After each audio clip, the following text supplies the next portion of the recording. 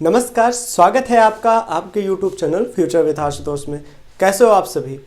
चलिए आज जो टॉपिक में चुना हूँ पॉलिटी में आपातकाल की बातें करते हैं। आपातकाल के पहले मैंने प्रधानमंत्री तक आपको वीडियो पढ़ा दिया है, बहुत अच्छे से क्लासेस चली हैं जिसमें फंडामेंटल राइट्स मैंने पढ़ा दिया है, DPSP मैंने पढ़ा दिया है, राष्ट्रपति, उपराष्ट्रपति, प्रधानमंत्री और अन्य मुख्य बातों को संविधान सभा के गठन तक की बातें सारी कंप्लीट एक तरीके से हो रही हैं।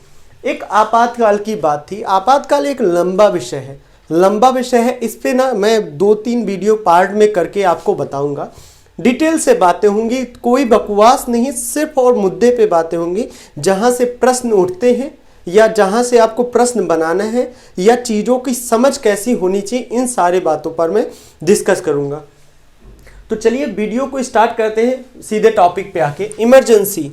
भारतीय संविधान की विशेषता ये है कि भारतीय संविधान में किसी आपातकालीन व्यवस्था को भी दिया गया, किसी ऐसे समय के लिए अलग ही व्यवस्था दी गई है जिसके लिए भारत सरकार हमेशा तत्पर है, जिसे आपातकाल कहा जाता है।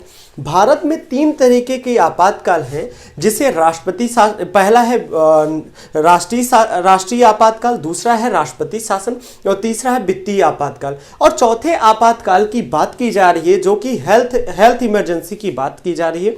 यानी अगर मैं कहूं कि स्वास्थ्य आपातकाल की बातें चल रही हैं कोविड-19 के बाद। अभी सिर्फ बातें चली हैं इसलिए उसको मैं कवर नहीं करूंगा, जब अगर आएगा तो अलग से उसका वीडियो हो जाएगा। वैसे उसमें बहुत प्रोसेस है। देखिए मैं लिखा हूं संविधान में भाग 18 में अनुच्छेद 352 से 360 तक आपातकाल की चर्चा की गई है। फिर से देखिए, संविधान में भाग 18 में अनुच्छेद 352 से 360 तक आपातकाल की चर्चा की गई है। ये प्रावधान देखिए, अब इसके बारे में देखिए, ये प्रावधान केंद्र को किसी असामान्य स्थिति से प्रभावी रूप से निपटने के लिए सक्षम बनाते हैं। क्या? असामान्य स्थिति से प्रभावी रूप से निपटने के लिए संपन्न बना रहे किसको? केंद्र को। इनका उद्देश्य है देश की एकता, संप्रभुता, अखंडता, लोकतांत्रिक व राजतांत्रिक मूल्यों की सुरक्षा करना। ठीक है, इसीलिए आपातकाल लाया गया है। ये संविधान संशोधन किए बिना या ये संविधान में किसी औपचारिक संशोधन किए बिना संघीय ढांचे, यहाँ पे लिखा नहीं हूं, संघीय ढांचे को एकात्मक में परिवर्तित करता है। ठीक है, ध्यान से फिर देखिए, ये संविधान संशोधन किए बिना ही संघीय ढांचे को एकात्मक में परिवर्तित कर देते हैं। ये संविधान में जो आपातकाल की बात की गई है, आपातकाल देश के विश्व के जो मुख्य देश हैं उनमें आपातकाल की व्यवस्था की गई है। सबसे पहले अमेरिका ने इसे अपनाया था और उससे हमने भारत में लिया। ठीक है, भारत के संविधान में 2-3 तरीके की आपातकाल की बात की गई जो आपको व्हाइट बोर्ड पे दिख रहा होगा। एक आपातकाल जो 352 के तहत है, जिसको राष्ट्रीय आपातकाल कहा जाता है, नेशनल इमरजेंसी कहा जाता है।